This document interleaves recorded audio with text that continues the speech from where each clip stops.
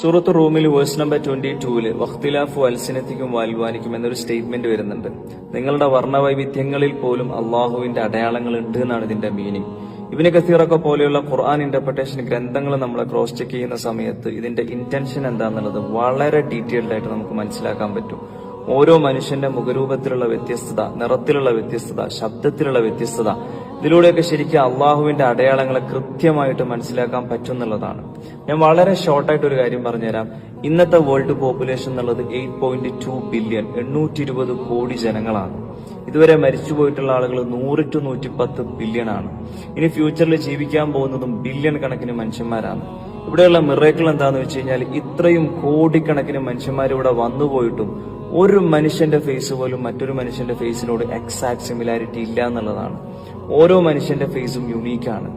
ഓരോ മുഖവും ശരാശരി ഈ ഒരു സർഫേസും മാത്രമായിരിക്കും ഉണ്ടാവുക. അതിൽ തന്നെയുള്ള ഓരോ കാര്യവും സെയിം ആയിരിക്കും. Eyes, nose, lips, each and every part of the human face. എന്നിട്ടും ഇത്രയും ബില്യൺസ് ഓഫ് യൂണീക് ഡിസൈൻസ് ഇത്രയും ഷാർപ്പായിട്ട് ആരായിരിക്കും ഡിസൈൻ ചെയ്തുകൊണ്ടിരിക്കുന്നുണ്ടാവുക? അതൊക്കെ അങ്ങ് റാൻഡംലി സംഭവിക്കുന്നതാണോ? ആക്സിഡന്റലി സംഭവിക്കുന്നതാണോ? ഞാൻ നിങ്ങളോട് 1000 വട്ടം ഉറപ്പിച്ച് തറപ്പിച്ച് പറയുന്നു, ഇതിന്റെയൊക്കെ പിന്നിൽ നന്നായിട്ട് പണിയറിയുന്ന ഒരാളുടെ വെൽ പ്ലാനിങ് ആക്റ്റീവാണ്. അതാരാന്നുള്ളത് നിങ്ങൾ ചിന്തിച്ചു പഠിച്ച് മനസ്സിലാക്കി നിങ്ങളെ മനസ്സിനെ തന്നെ പറഞ്ഞു പഠിപ്പിക്കുക. കാരണം ഓരോ വിശ്വാസിയെ സംബന്ധിച്ചിടത്തോളം അയാളുടെ റബ്ബിനെ കുറിച്ച് കോൺഷ്യസ് ആവുക എന്നുള്ളതാണ് ഒന്നാമത്തെ കാര്യം. ഖുർആനിൽ ഒരു ഇന്റേണൽ മിറക്കിളാണ് ഞാൻ എക്സ്പ്ലെയിൻ ചെയ്യാൻ പോകുന്നത്. Every single human being as A unique biological identity code.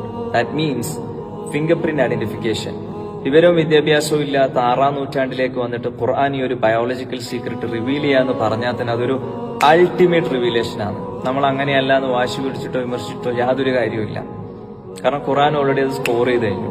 സൂറത്തുൽ ഖിയാമ verse number 3 and verse number 4. അയഹ്സബുൽ ഇൻസാനു അല്ലൻ നജ്മഅ ഇളാമ. മനുഷ്യൻ വിചാരിക്കുന്നുണ്ട് അവന്റെ ബോൺസിനെ നമുക്ക് അസംബിൾ ചെയ്യാൻ പറ്റൂല എന്നുള്ളത്, മരിച്ചതിന് ശേഷം പുനർജീവിപ്പിക്കാൻ പറ്റൂല എന്നുള്ളത്.